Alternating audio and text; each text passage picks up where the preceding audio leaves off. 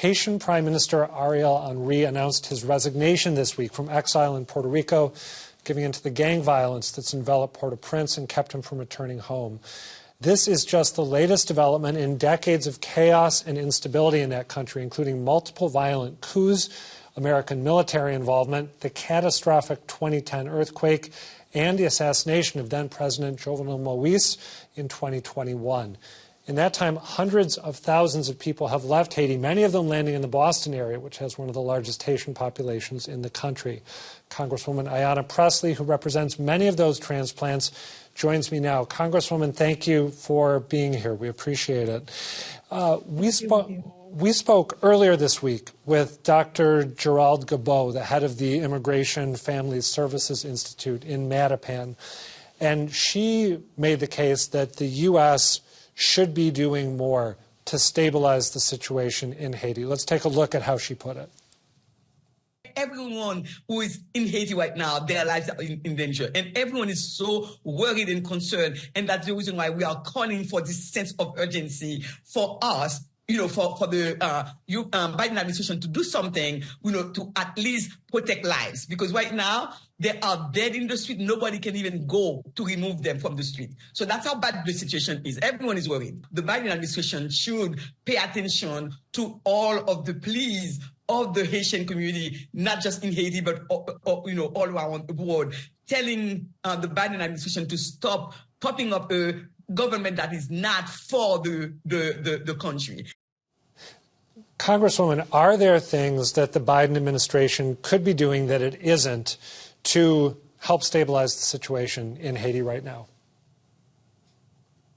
First, I do just want to acknowledge the extraordinary work of Dr. Gabot and IFC that have been standing in the gap for a very long time when it comes to the many layered crises that the people of Haiti have been navigating, especially those new arrivals. I'm very proud to represent the third largest Haitian diaspora in the country, in the Massachusetts 7th. They call it home.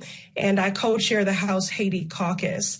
And in that vein, working alongside my two co-chairs, Congresswoman Sheriff-Liz McCormick and Congressman Clark of Florida and New York, respectively. We have been advocating for the Prime Minister to step down. We are encouraged by that step. It's long overdue. Also by the confirmation of a new ambassador, which just happened imminently. So we now have Ambassador Hankins. And also continue to advocate for the redesignation of Haiti when it comes to TPS, and certainly halting all deportations. We should not be sending anyone there. And then doing everything that we can to stop the trafficking of arms, of guns to Haiti. Those guns are made here in the U.S. They're being trafficked and smuggled to Haiti, which has contributed to this layered crisis of economic devastation, political instability, and growing violence. Just when we think the situation cannot get more dire, it gets more dire with each passing day.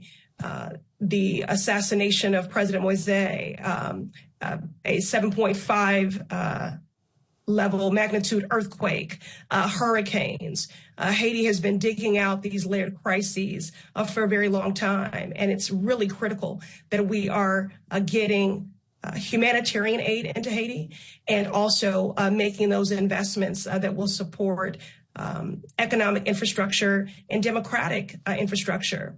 So, and also we have to really make sure that the recovery of Haiti, and it will happen, is one that is led by civil society, that is Haitian-led, and that the transitional government is one that is representative of the people.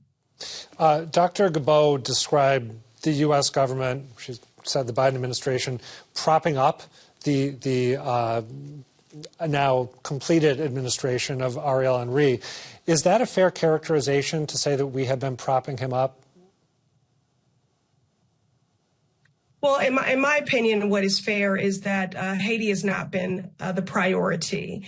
And there are many ways in which U.S. foreign policy, whether you were talking about what has contributed to a humanitarian crisis with our immigration crisis, U.S. foreign policy rooted in colonialism has in many ways supported the destabilization of countries, resulting in them fleeing and coming here. And fortunately, again, we are a commonwealth that is a safe haven, that is a right to shelter, that has nimble, innovative, humane leaders in Governor Healey and in Mayor Wu that have been very creative in making sure that we can receive those migrants when they come here and center their humanity and their dignity. However, if we really want to stop the flow of new arrivals, then we have to get to the root of the problem. And that does have everything to do with U.S. foreign policy. What we have to focus on right now is making Haiti a priority, and we have to save lives. So we have to halt all deportations to Haiti. They're still happening. That is definitely within the control of the Biden-Harris administration. We have to redesignate TPS status for Haiti, and we have to stop the trafficking and the smuggling of arms to Haiti, because that's how the gangs are able to exact and perpetrate so much violence onto the people of Haiti. I got to say, I cannot imagine being somewhere else and being sent back there right now, given the scenes that we're seeing unfold. Adam, it is to send anyone back to Haiti is nothing short of a death sentence. So all deportations must be halted. I want to shift gears and ask you about a big vote that was taken in the House this past week in which a proposed ban on TikTok was overwhelmingly passed. You were a no vote, however. Why did you think that this proposal to ban TikTok, unless its ownership is spun off, was the wrong way to go? Well, I voted no, because although I certainly agree that we need to take immediate action to enact greater oversight over big tech and social media, and I certainly have done a lot of work in that space to speak to the harassment and the many ways in which it contributes to mental health challenges, especially for our young girls and our children. But we need something more comprehensive. We should not be targeting TikTok. I think the bill that came before the House is really the wrong approach.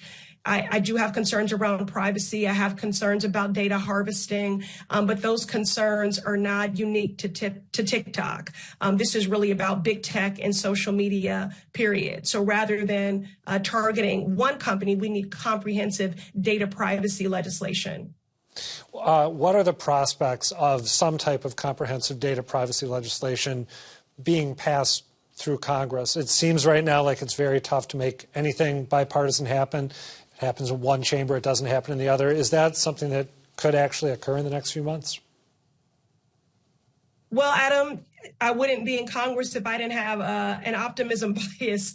And I will say in that this was bipartisan legislation, although I was not supportive of it, that does give me some hope that there are people on many that fall on many levels of the spectrum here who share the same goals of wanting to address the ways in which social media can be harmful, again, especially to our young people, but also recognize the powerful role it plays as a news source in supporting small business, and then also have those concerns around national security, privacy, and data harvesting. So I think enough of us share the same concerns and also want to support the ways in which it is positive and does work, that I think we could get there.